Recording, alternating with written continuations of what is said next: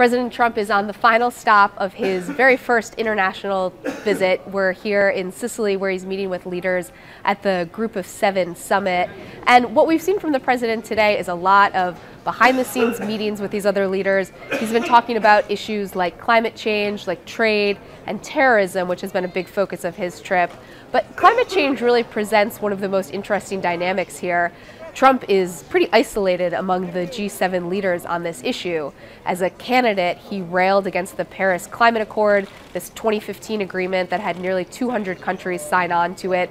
Trump said it was a terrible deal. He's called climate change a Chinese hoax, and he threatened that if he won the White House, that he would pull the United States out of the deal.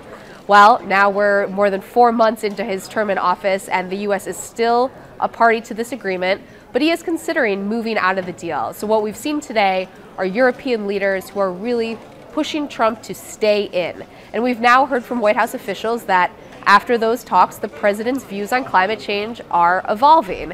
And he's said to have been really struck by the fact that European leaders said that you can have a big agreement that has 100 countries in it, but if the United States is not part of it, then the deal really doesn't work. And that apparently had quite an impact on Trump, who really is focused on America first, this idea of America being this leading player in the world.